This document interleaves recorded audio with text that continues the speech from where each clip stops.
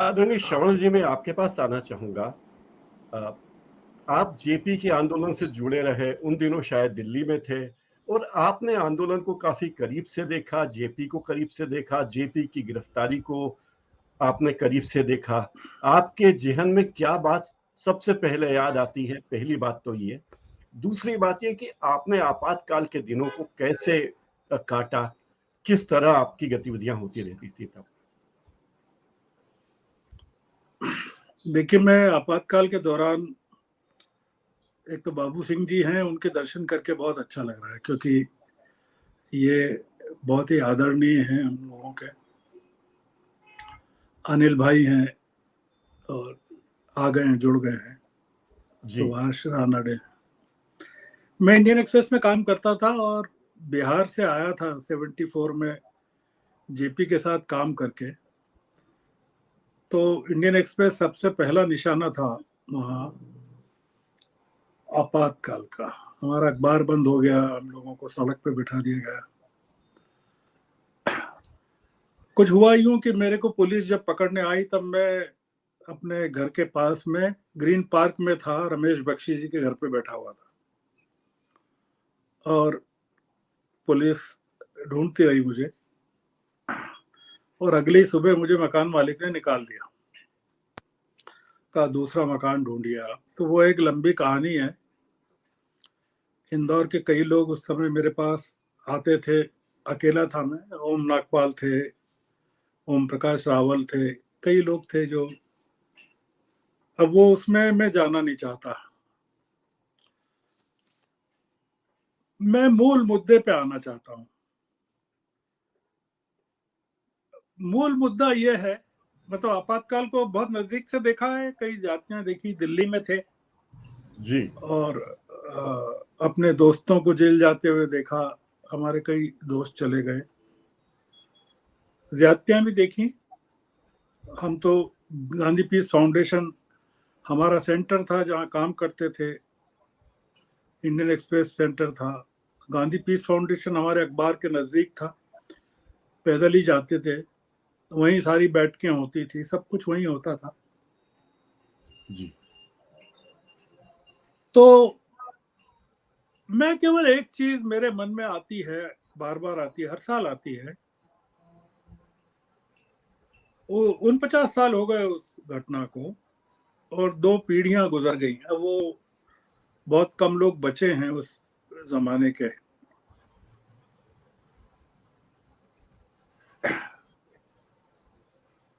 तीन तरह के लोग बचे हैं।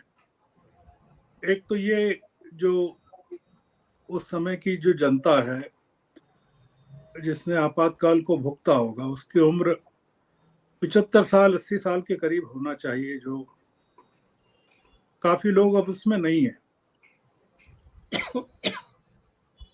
एक वो लोग थे जो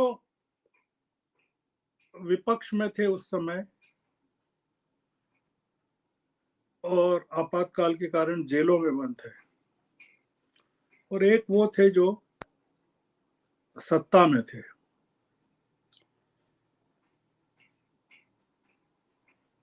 आपके साथ चर्चा में जुड़ने का मैं मुख्य कारण ये मानता हूं कि आपातकाल को लेकर लोगों को शिक्षित करना जरूरी है। हम क्या आपातकाल के बहाने किस चीज की याद करना चाहते हैं? हम क्या, आपने जैसा कहा कि यातनाएं सही, कष्ट सहे, 50 साल पहले जी। किन लोगों ने कष्ट सहे? जिन लोगों ने कष्ट सहे उसमें अधिकांश तो सत्ता में है इस समय। कुछ लोग और भी हैं, अनिल त्रिवेदी टाइप लोग हैं, गांधीवादी हैं। बहुत सारे लोग हैं जो मीसाबंदियों का लाभ ले रहे हैं, पेंशन ले रहे हैं। उस समय मीसाबंदी होने के कारण जो लाभ लिए एजुकेशन में, रिक्रूटमेंट में, अपने परिवारजनों को दिलाए, और जब उनकी सरकारें आई तो उसमें लाभ लिए। हम आपातकाल को याद करना एक हमारा दोगलापन इस तरह है कि हम वर्तमान की स्थितियों से भागने के लिए पिछले आपातकाल को याद करना चाहते हैं।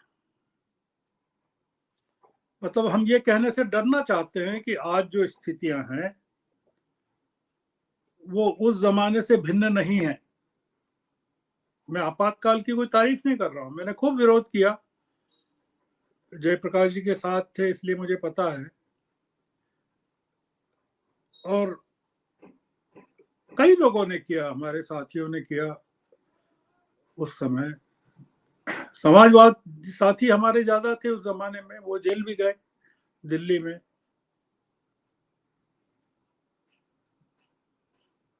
मेरा ऐसा मानना है कि पिछले आपातकाल की याद करना वर्तमान के आपातकाल से कन्नी काटने का बहाना है।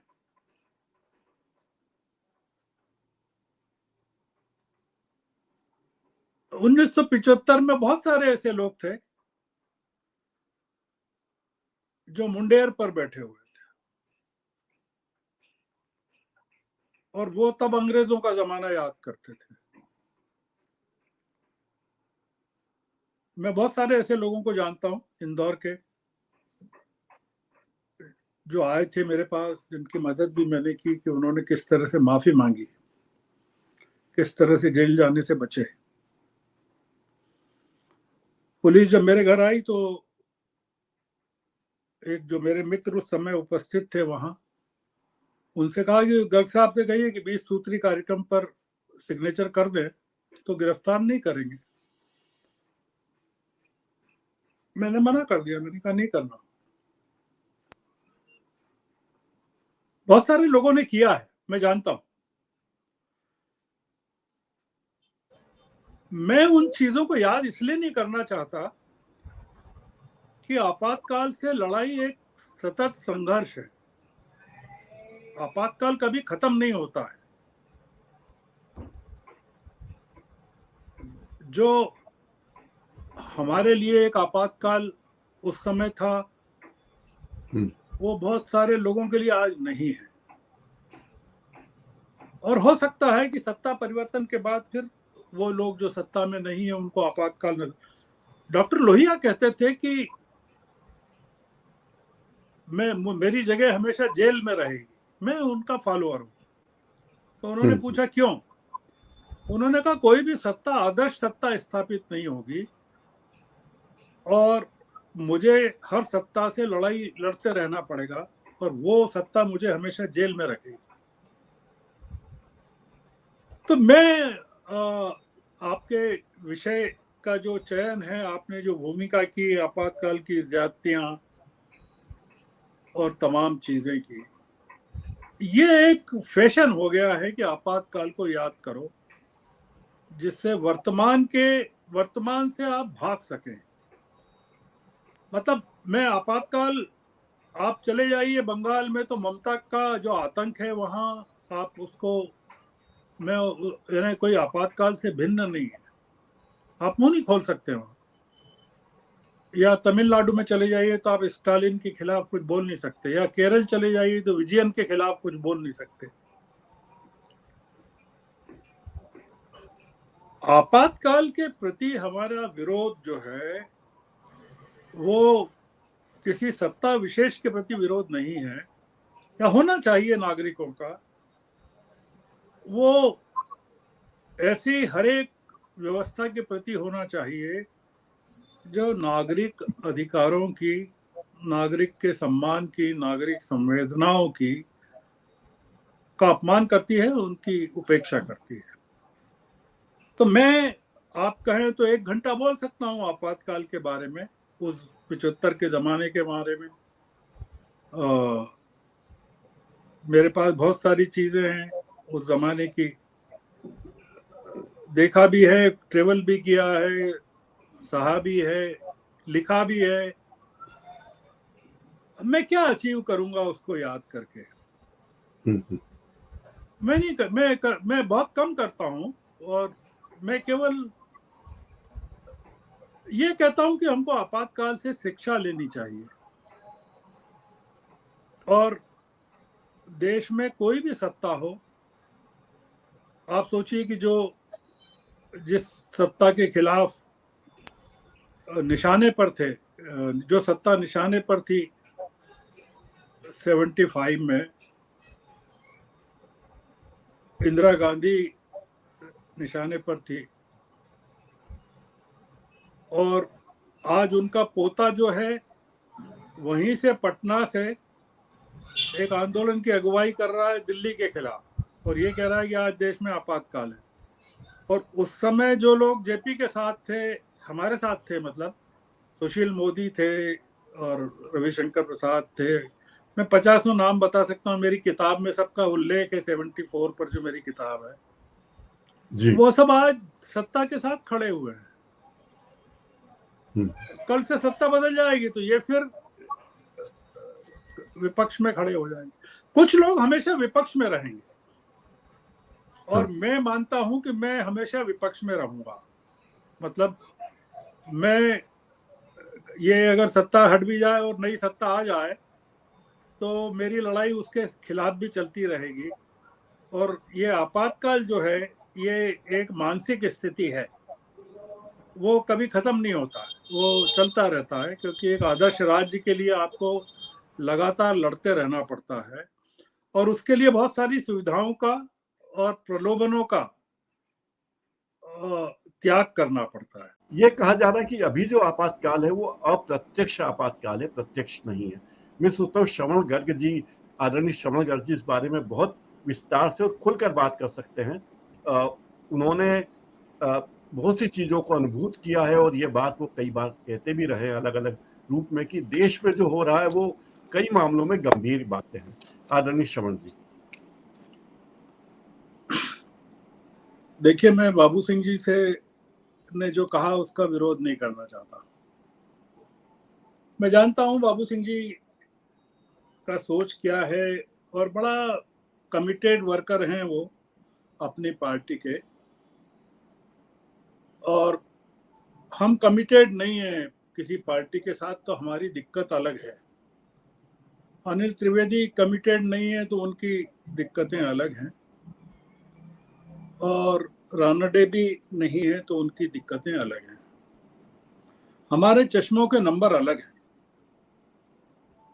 बाबू सिंह जी का चश्मा अलग है। वो उन्होंने जो चश्मा बनवाया था आपातकाल के दौरान उसको बदला नहीं है अभी तक। हमारे साथ के नंबर बदल गए हैं। तो उन्होंने जो कहा बाबू सिंह जी ने, मैं उनकी हर एक बात का जवाब दे सकता हूं।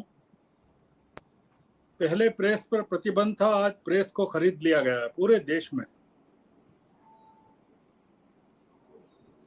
प्रेस में कुछ लिखा नहीं जा सकता। नोएडा के चैनल्स जो हैं पूरे के पूरे बिक गए हैं। अखबारों पर किस तरह के प्रतिबंध हैं मुझे पता है। न्यायपालिका को किस तरह से दबाया जा रहा है ये पूरे देश को पता है, वहां के न्यायाधीशों को पता है, और वो खुले तौर पर प्रेस कॉन्फ्रेंस करके न्यायाधीश बता रहे हैं कि क्या स्थिति है।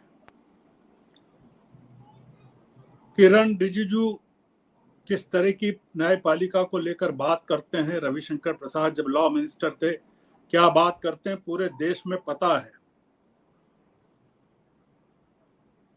मैं उसकी बात नहीं करना चाहता। बाबू सिंह जी बहुत आदरणीय है हम सब लोगों के, इसलिए ये बहस उनसे नहीं है,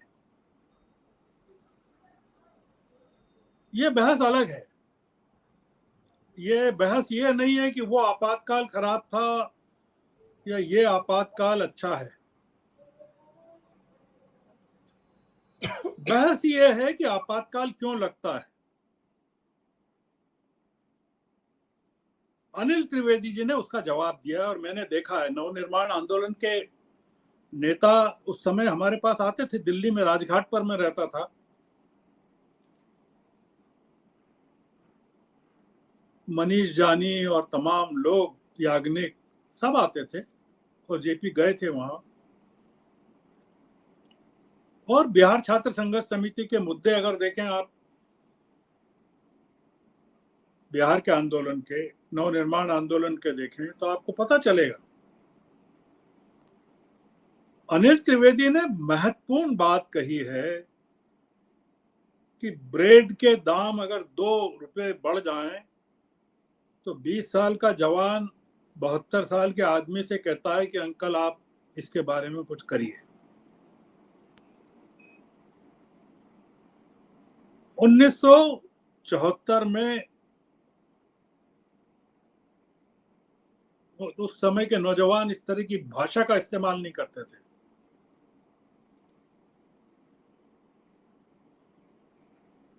गैस का सिलेंडर,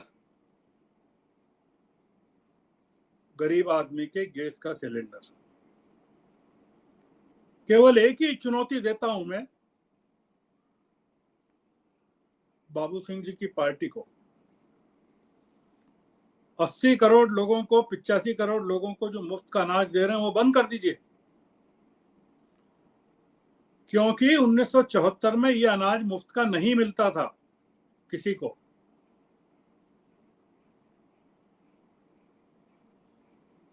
उस समय आप रेवड़ियां बांट के लोगों को खरीद नहीं सकते थे, आज सबको खरीद रहे हैं आप। अनिल त्रिवेदी कह रहे हैं, और ठीक कह रहे हैं, पहले बंद जेल में डर नहीं लगता था, आज खुली जेल में डर लगता है। अनिल त्रिवेदी ठीक कह रहे हैं कि आदमी बात करने से, फुसफुसाने से डरता है, बात करने से, बोलने से डरता है।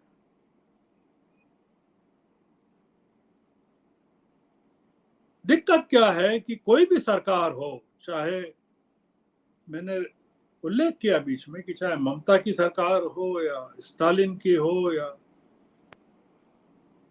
विजयन की हो या योगी की सरकार,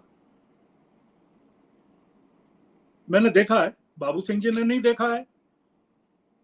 बाबू सिंह जी को देखने में अभी टाइम लगेगा। मैंने देखा है, मैं रहा हूं गुजरात में, 2002 के बाद पहुंच गया था गुजरात में, और गुजरात का जब अखबार मैंने लॉन्च किया, वहां जिस अखबार की वो आलोचना कर रहे हैं, उस अखबार को जब मैंने गुजराती एडिशन लॉन्च किया तो रहा हूं मैं 5 साल 7 साल, देखा है वहां गुजरात में क्या हुआ है, अल्पसंख्यकों के साथ क्या हुआ है, दलितों के साथ क्या हुआ है, और आज भी हो रहा है। जब मैं कहता हूं कि आपातकाल आज भी जारी है, तो इसलिए कहता हूं कि तब कांग्रेस की हुकूमत थी इसलिए जारी था,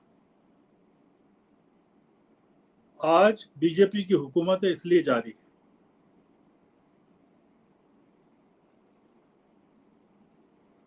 विद्रोहों को बचाने के लिए, विद्रोहों से रोकने के लिए रेवड़ियां नहीं बांटी जाती थी, तब बांट देते कभी रेवड़ियां, तो ये तमाम चीजें नहीं होती।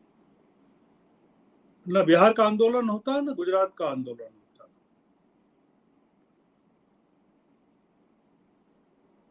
मुद्दा यह है कि जो दुखती रथ पर जो अनिल त्रिवेदी जी ने हाथ रखा, बाबू सिंह जी इस बारे में क्यों नहीं कहते कि सरकारें बचाने के लिए कांग्रेस से लोगों को क्यों लिया जा रहा है, उन लोगों को क्यों लिया जा रहा है जो कल तक बीजेपी को गालियां देते थे। बाबू सिंह जी बताएं कि इंदौर जैसे शहर से एक भी आदमी, एक भी विधायक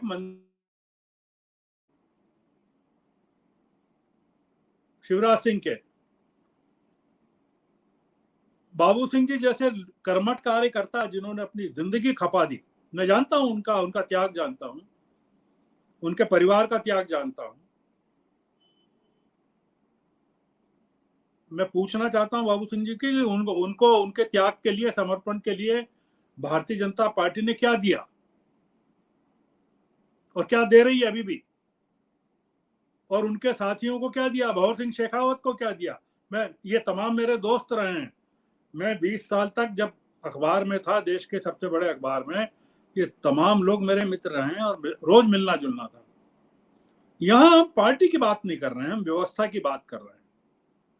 यहां जो बैठे हुए हैं अनिल त्रिवेदी या मैं या सुभाष रानडे, वो कांग्रेस के गाने नहीं गा रहे हैं।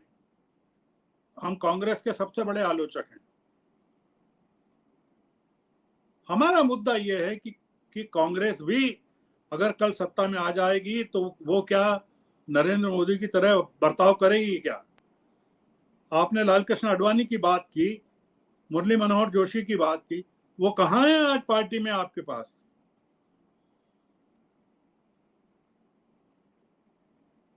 ये जो सत्ताएं होती हैं, चाहे कांग्रेस हो या बीजेपी हो, कोई भी हो, इन्होंने देश में विद्रोह को बंद करने, लोगों की आवाज को खत्म करने के तरीके इजाद कर लिए हैं। और ये अगर सत्ता में आ गए, जिनकी बाबू सिंह जी ने बात की, पटना में जो मिले थे, आप मानकर चलिए कि कोई 1977 में आए थे 74 की क्रांति के बाद और गिर गए, 2.5 साल में पूरी की पूरी हुकूमत गिर गई। ये भी गिर जाएंगे अगर इन्होंने चीजों को नहीं समझा, तो ये भी गिर जाएंगे। उसमें क्या है? तो हमको इनके इनके इनके पैरोकार थोड़ी हैं जो पटना में बैठे थे। हम तो बात ये कर रहे हैं कि पूरा मामला जनता पर निर्भर करता है, और जनता को, जैसा अनिल त्रिवेदी ने कहा, संज्ञा शून्य हो गई है, एनेस्थीसिया में चली गई है। आप महंगाई बढ़ा दीजिए, करोड़ों लोगों को बेरोजगार कर दीजिए, कोरोना के टाइम में लाखों मजदूरों को बेकार कर दीजिए, उनको पैदल चलवा दीजिए, लाखों लोग मर जाएं। न्यूयॉर्क टाइम्स की रिपोर्ट के अनुसार 40 लाख लोग मरे हैं कोरोना से। इंदौर से कितने लोग गए हमको पता। हमारे दिल पे जूं नहीं रेंगती।